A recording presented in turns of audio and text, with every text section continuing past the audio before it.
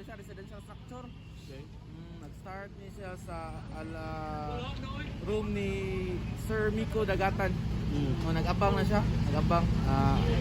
According to him nga ni kanang karaan ko ng masaksakanan, na siya gisaksak nga extension wire diha sa yang outlet.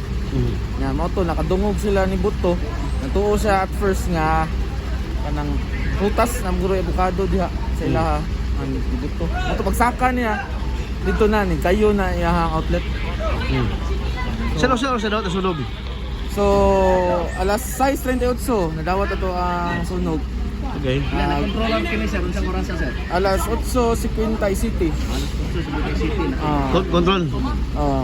Sir, first, second. First alarm ni sir, alas 6:45 first alarm. Na-control alas 6:50 Nga na-fire out alas 7:09. Wapa ta maglisod. Wala alaman sir kay dako man ang daan pa dong sa kaning kuan 1340 Horseshoe Drive. Banawa. Sir, ang fully kaning burn ba? O totally burn o partial? Isa ka totally burn which is ang katong ilahang Room. Gipabangan. Two story na siya nga residential Balay. structure nga gipabangan na sa luyo. Then duha ka partially burn ang katong isa main nga balay.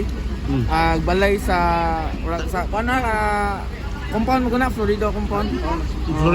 Florido compound. Same family ra, same family ra. Except sa nag-abang Dami sir. around 1.5 million more or less. So dito na mo minus sa 1.5 million damage. Why casualty injury? Na-injury si katong occupant si Miko Dagatan. Origin sa kuan asa nagsugod ang sunog yang room.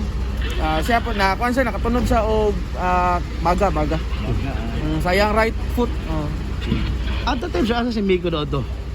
Miko Dagatan. Asa si Miko? Naadiharon sir Kata magkasunog ba? atong magkasunog na ako na sila sa ubos. At that time wasin padung manihapon or something ana. Apan daw ilagi abangan no? Adi sa second floor sila nag-abang. Okay. Duha man naka rooms ang second floor. Isa sa room ato ilang gibangan. Together with his partner, duha na sila kabuok. Okay, sige. Sige sir.